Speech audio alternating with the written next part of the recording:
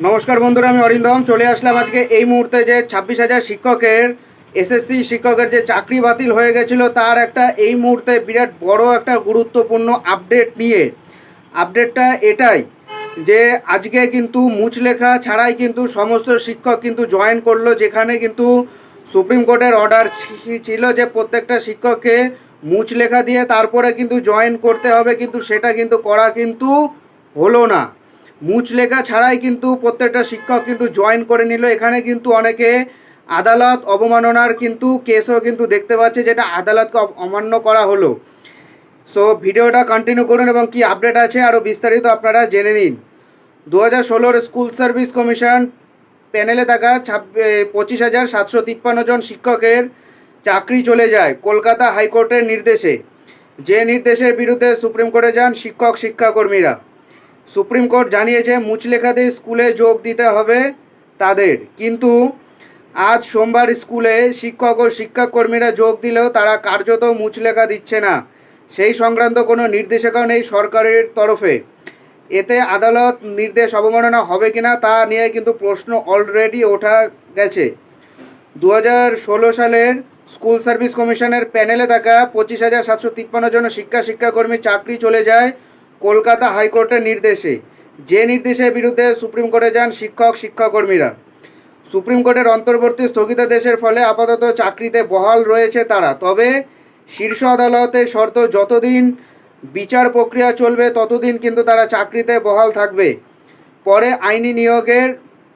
বেআইনি নিয়োগের অভিযোগে যার বিরুদ্ধে প্রমাণিত হবে তার শুধু চাকরি যাবে না, তাকে এতদিন পাওয়া বেতনের টাকাও কিন্তু ফেরত দিয়ে দিতে হবে। এমনকি এবার যখন যারা স্কুলে যোগ দেবেন তখন সেই বেতন ফেরত দেওয়া সংক্রান্ত একটা মুচলেখাও দিয়ে দিতে হবে। এখন উঠে আসছে সেই মুচলেখার প্রসঙ্গ। গরমের ছুটি শেষে আজ সোমবার স্কুল খুলছে। পড়ুয়ারা স্কুলে আসবে 10ই জুন থেকে। সোমবার আসবেন শিক্ষক ও শিক্ষাকর্মীরা। শিক্ষকদের অভিযোগ, এই মুচলেখা সংক্রান্ত বিজ্ঞপ্তি স্কুল শিক্ষা দপ্তর প্রকাশ না করায় ধোঁয়াশা তৈরি হয়েছে। কারা এই মুচলেখা নেবে সেটাই কিন্তু স্পষ্ট নয়, কাদের থেকে নেওয়া হবে সেটাও স্পষ্ট নয়। প্রধান শিক্ষকদের একাংশের আশঙ্কা, সুপ্রিম কোর্টের নির্দেশ না মানলে শেষ পর্যন্ত আদালত অবমাননা দায় ঘাড়ে পড়বে না তো। নিজেদের যোগ্য বলে দাবি করা শিক্ষকরা কোনো মুচলেখা দেবেন না। তাদের দাবি, সুপ্রিম কোর্ট শুধু অযোগ্য শিক্ষকদের মুচলেখা দিতে বলেছে।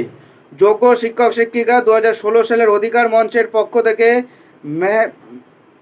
মেহবুব মণ্ডল বলেন, সুপ্রিম কোর্টের অর্ডারে স্পষ্টভাবে বলা আছে যাদের নিয়োগ অবৈধ বলে অভিযোগ উঠছে কেবল তাদেরই মুচলেখা দিতে হবে, আমাদের দিতে হবে না। জোর করে আমাদের মুচলেখা নিতে গেলে আইনানুগ ব্যবস্থা আমরা নিয়ে নেব। প্রধান শিক্ষকদের মতে কারা যোগ্য কারা অযোগ্য সেই পার্থক্য তারা কিভাবে বিচার করবেন? তাই মুচলেখা ছাড়াই সোমবার শিক্ষাকর্মীরা কিন্তু যোগ দিয়ে দিয়েছেন। শিক্ষা দপ্তর কর্তারা কিন্তু চুপ, এটা নিয়ে তারা কোনো মন্তব্য করেনি।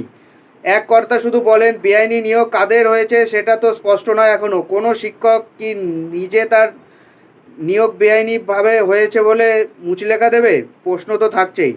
সো বন্ধুরা, এটাই হলো আজকেকার আপডেট। সো এরকম আপডেট পেতে হলে অবশ্যই চ্যানেলটা সাবস্ক্রাইব করে আমাদের পাশে থাকুন। দেখা হচ্ছে পরের ভিডিওতে। ভালো থাকবেন সবাই। নমস্কার, জয় হিন্দ, বন্দে মাতরম।